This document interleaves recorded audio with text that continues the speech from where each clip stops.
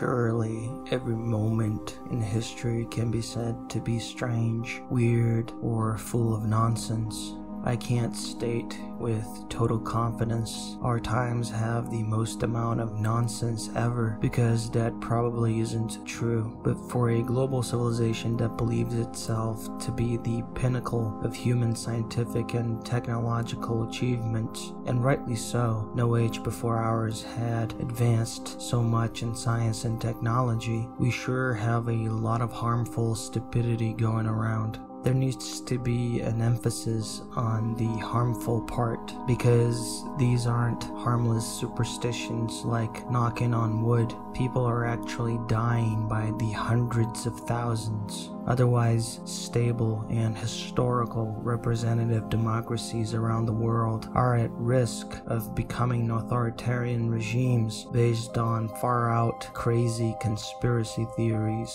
The virus of stupidity spreads far and wide and is anything but harmless, infecting even individuals who are otherwise intelligent and even accomplished in their professional lives. Recently, I was berated by a Spanish-speaking anti-natalist for, quote, accepting the official narrative, unquote, regarding COVID-19. Official narrative. Those were his words. He stated I was scum for wanting to criminalize COVID denialism. Yes, he used the word scum. I frankly don't remember ever saying or writing that those who deny that there is a pandemic should be considered criminals, but honestly, that doesn't sound so bad at this time, given what I've seen COVID denial do to the world and to my country especially. Some examples are warranted, I guess. I used to have a friend from back in the days I identify myself with the political right, conservatism, right libertarianism, that sort of thing. I had not spoken to him in quite a few years, which was for the best since our views became so incompatible. In mid-2020, some 3 or 4 months into the pandemic here in Brazil, I received the news that he had died of COVID-19. I then went to his Facebook profile and wasn't surprised to see it was a shrine dedicated to Bolsonaro and the shit far-right Brazilians defend. There was plenty of COVID denial stuff there too. Honestly, I didn't feel too bad, except for his children. He had married a few years before and had 2 small kids. I don't know if his wife also died or not, and didn't care to know. My feeling was anger towards the stupidity he willingly infected himself with. In December 2020, my mother and I both got COVID-19. We had all the symptoms, but mine were worse. Fever, aching, hard time breathing. Interestingly enough, I only noticed a profound loss in the sense of smell and taste after I recovered from the fever and body aches. In a couple of weeks, I was able to taste food again. The sense of smell took a little longer to come back. The pandemic would ravage Brazil in the first semester of 2021. During that time, things got really bad, especially because Bolsonaro and his generals did everything they could to stop vaccines from either arriving in the country or being made here. Brazil has always had one of the best vaccination programs in the world, and this shows how bizarre this whole situation is. We were never fertile ground for anti-vaccine movements. That meant Bolsonaro and the Brazilian army, which has a history of espousing far-right ideas, embraced a foreign conspiracy theory just because it resonated with the North American right. Luckily, since we have a long history of successful vaccination programs, most of the population accepted the shots and didn't buy into the genocidal lies spread around by anti-vaxxers and COVID deniers. And because of this long tradition of accepting vaccines, even most of Bolsonaro's followers got vaccinated when shots finally started rolling out.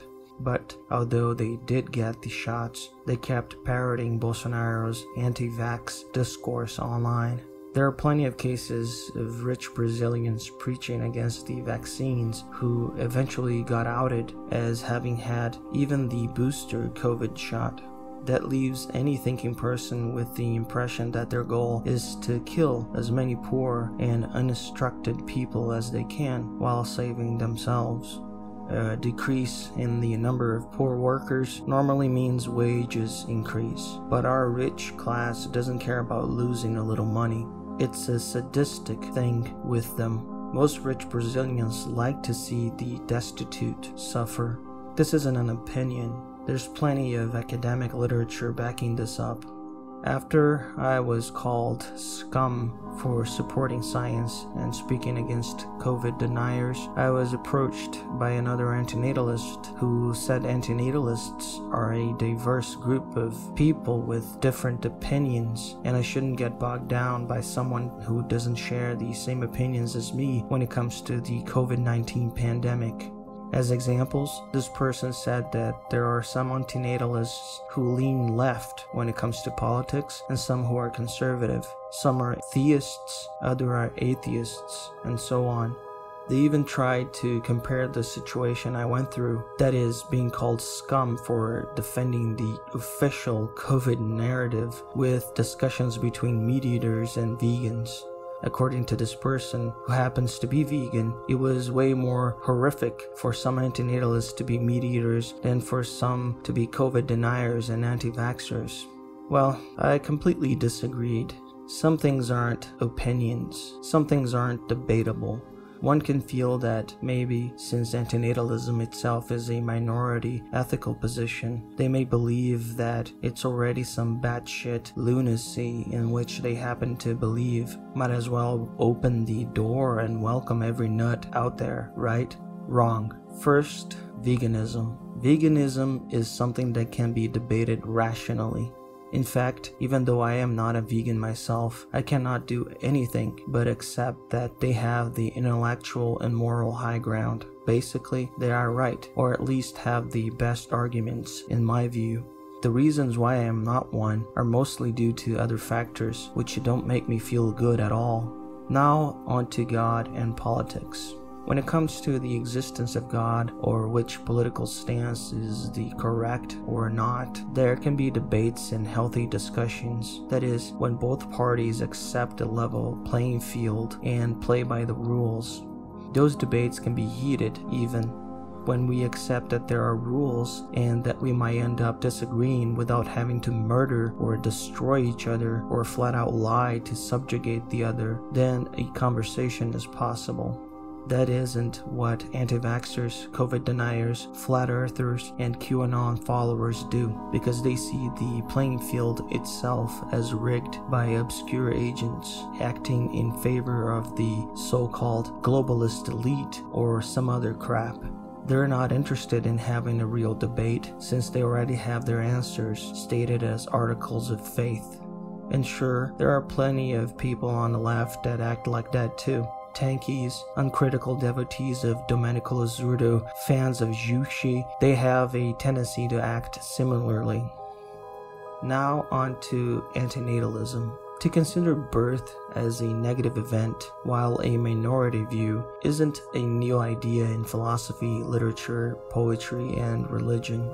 The idea that it would be better if no conscious being was ever born is present in the Bible, in Buddhist scriptures, in famous Greek tragedies, and in the philosophies of Arthur Schopenhauer and Emile Cioran. It's been out there for ages, and although it's a view held by few, people discuss it normally. Take two contemporary philosophers who embrace antinatalism, Júlio Cabrera and David Benatar.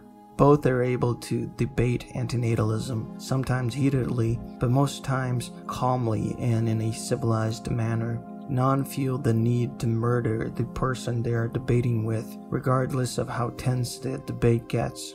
In fact, when violent remarks are made, it's always the more mainstream people they are debating with who end up wanting to shut down the discussion. Cabrera and Benatar have a minority view, and yet they play by the rules of a healthy discussion. That isn't what violent conspiracy theorists do. Not by a mile, not by a million miles. Especially those spreading misinformation and conspiracy theories during a goddamn deadly pandemic. They're like sick individuals who tell others during a fire at an apartment building that everything is fine and they should stay put, while firemen are outside with a bullhorn asking people to come down the fireproof stairs. Someone might say, but what if Cabrera or Benatar come out as COVID deniers or anti-vaxxers? That would destroy your argument. It wouldn't, as long as they didn't start mixing those incredibly far out and crazy conspiracy theories, which are akin to violent fundamentalism. When discussing the philosophy of ascribing a negative value to birth, nothing would change. If that happened, tough luck, they wouldn't be taken seriously anymore, and rightly so. But I honestly don't think either of them embrace batshit crazy views such as those. And remember, there's plenty of valid things people can disagree with. I might be completely wrong, but I think both Cabrera and Benatar probably wouldn't vibe politically with me, especially when it came to certain specific topics. Even when it comes to ethics, I know I don't agree with certain things Cabrera defends, e.g., he argues against abortions being ethical at any stage during the pregnancy, something I wholeheartedly disagree.